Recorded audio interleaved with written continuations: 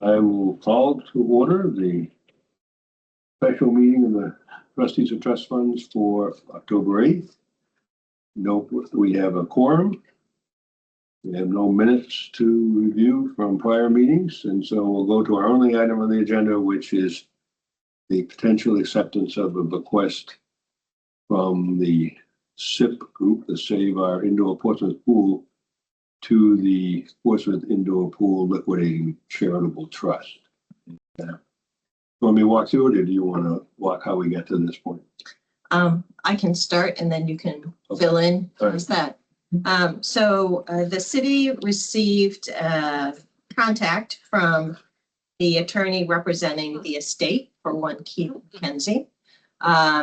The attorney let us know that Mr. McKenzie had died in November of 2023. So yeah, about a month before this charitable trust was established, and was looking for first an assent to summary administration, because it's a relatively small estate, and looking to kind of close it up efficiently. One of the 12 bequests was to SIP, which is an organization, as you know, which no longer exists from a corporate status. And I can tell you from background, having worked with both Mike Chubridge and Chuck Doliak, Mike Chubridge being the former president of SIP, and then Chuck Doliak being the helpful legal advisor to SIP. When the Portsmouth Indoor Pool Liquidating Trust was established, there were a number of conversations back and forth between the parties and the city of Portsmouth, and I was involved in those. There was certainly an intention on the part of SIP to dispose of all of their assets. They did not know about this bequest at the time this trust was set up.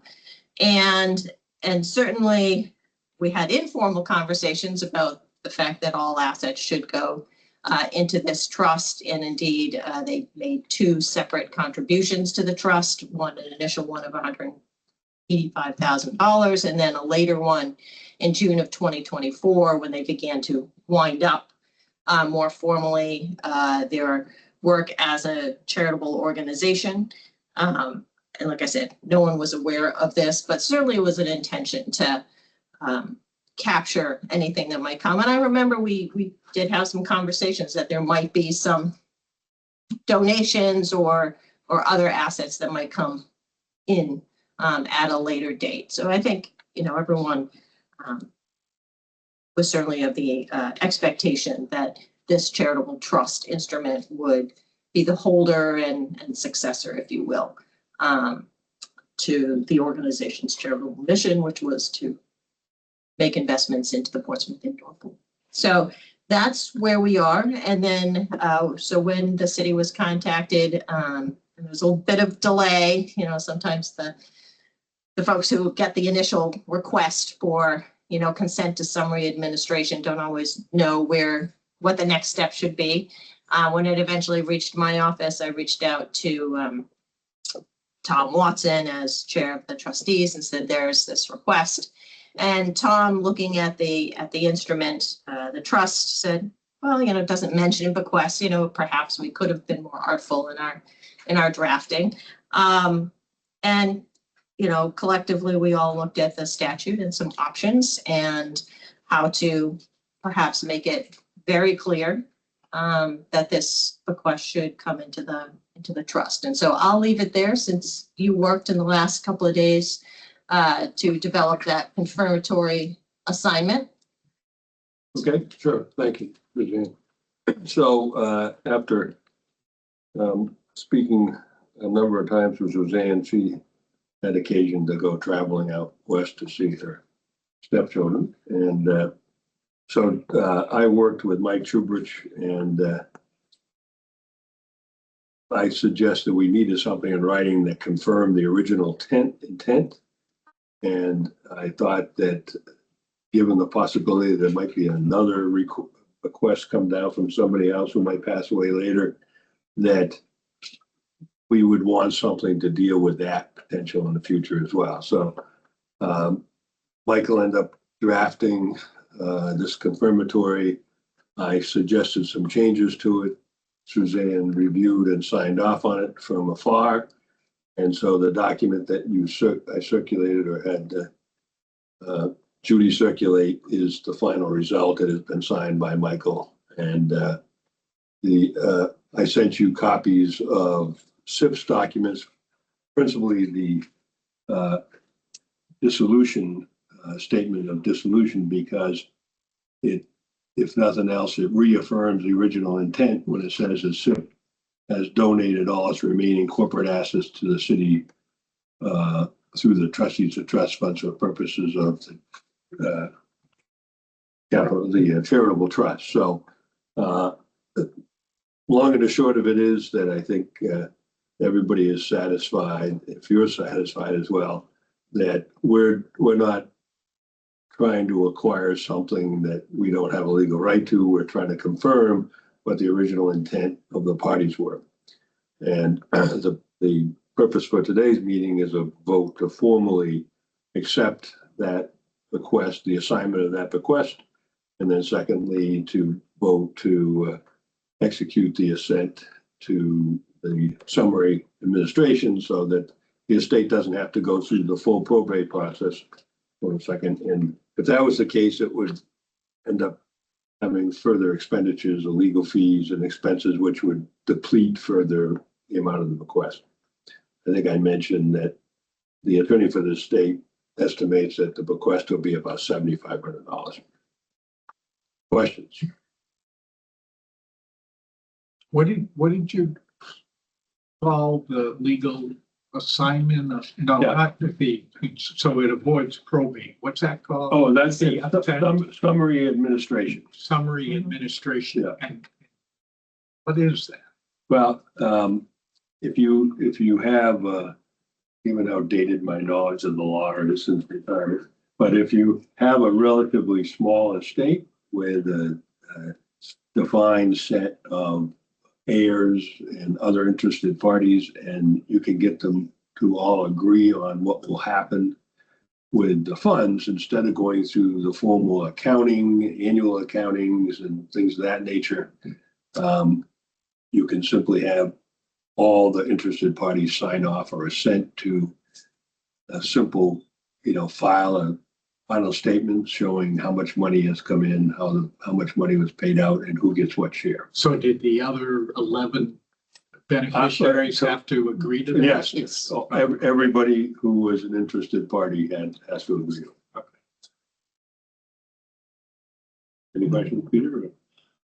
I'll just make a statement afterwards, is that we are against our procedures of receiving everything on Friday before a meeting.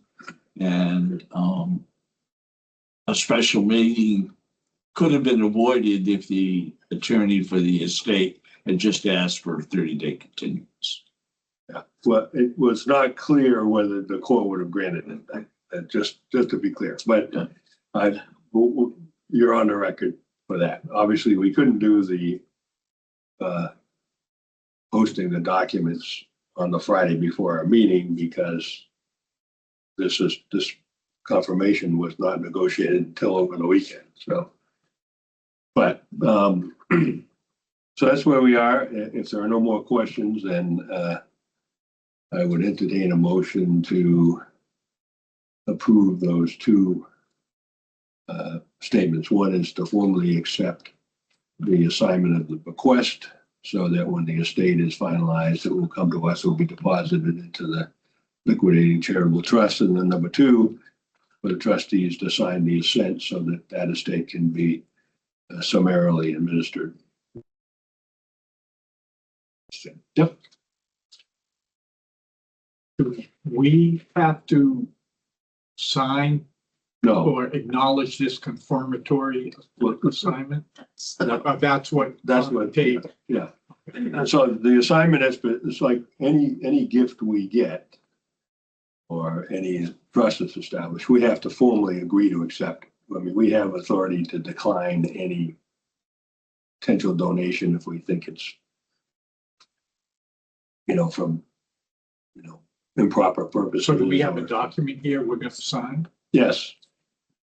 Oh, okay. And I'll just point out, if you look at the whereas clauses for the original charitable trust that was set up, it says, whereas SIP desires to discontinue its existence and operations and donate its existing assets to the city for the operation of the pool. So they really, we intended collectively They could have to really added wrap- the word or any future. share bequests, and actually this was an existing, Yeah, asset at the that- time, which is kind of interesting. That's It's the just key. no one was known. It was an asset they just didn't know they had. So the beauty is that the document that Tom and Mike Chubrich kind of worked together over the weekend while I was goofing off watching lacrosse games. Is nice because it's kind of the belt and suspenders and makes it very clear to the extent there's ambiguity in what was originally drafted, that this and all future bequests like this, if something else comes down the line in the next year or two, then we've satisfied that to everyone's comfort level. And Chuck Goliath is agreed as well. He's been amazingly silent during the He talks to me. process. He thinks this original document was pretty clear, but, which is why I can say that, there's unanimity that, this is the right thing to do and, to accept this bequest and agree to summary administration. There is an informal accounting. It's just without quite all of the bells and whistles, but Attorney Susan Denenberg has done an informal And- accounting. Yeah, we and have. everybody's been provided a copy of that. So, Who's the executive? I don't remember off the top of my head. Watson, someone named Watson. Wasn't that the name? Is it? I didn't know that. Or maybe it was a woman. Susan Denenberg? No, No, Did the informal. He had, under his will, he had named somebody, but I don't know whether she turned out to be. Right. Susan Wallace? oh, Wallace. Yeah. Wallace. Susan Wallace, yeah. I knew it was So- a W. Yeah. But she was the beneficiary too. She got his house Yeah, or something like that. I don't know, it sounded a little odd to me. No, it's Whatever. quite common for, It is? yeah. For the executor to be Mhm. beneficiary? Yes, Oh, yeah, Well, the and- spouses often. Without really going off on a tangent here, most people indicate their spouse or the Right. survivor as a Yeah. administrator, so. All right. Other questions or, all right, so can we hear a motion that, can I get somebody to move those? I will move approval of the two, of the acceptance of the assignment, and what else do we have And, to? and to assent to the summary administration of the estate. Thank you. Okay, I'll move both of us. Second. second. Any further discussion? Hearing none, I'll call the question. All in favor indicate by saying aye. Aye. Chair votes aye. Okay, Shirley, in the minutes, would you just note my objections to not following I the promise I will. trustees' rules and regulations? I promise I would will. you like to have a motion to waive the rules for purposes of this meeting? No, that's fine. You're not really objecting, you're just. I'm waiting because if this continues to happen, we have a special meeting. We're meeting again next week. And I can tell you, both Tom and I pushed hard on the administrator, the lawyer for the administrator, to see if there could be a move to the date. And it was, what was represented to us is that that would result in additional legal fees. There was no guarantee that the court would approve it. So part of it is to make sure that we receive the maximum amount under the estate, honestly. But I will say both Tom and I asked and pressed, and it was asserted that there would undoubtedly be, substantial additional fees, which none of the beneficiaries wanted to see go to the lawyers, which, no offense taken. Yeah. So just know that we asked several times. Pushed. Okay, so this is the document, and I think each of us should sign, and one of you here and the other below, and you've got a I would add the word trustee after your name on the Yeah. signature, just so it's clear, and then put in your telephone number and your email address. All right, and since there is no more business with the special meeting, I would entertain a motion to adjourn. Move, we adjourn. Second. Well, all in favor? Aye. The chair votes aye. And thank you for getting up early and trying to have this long meeting, but your explanation was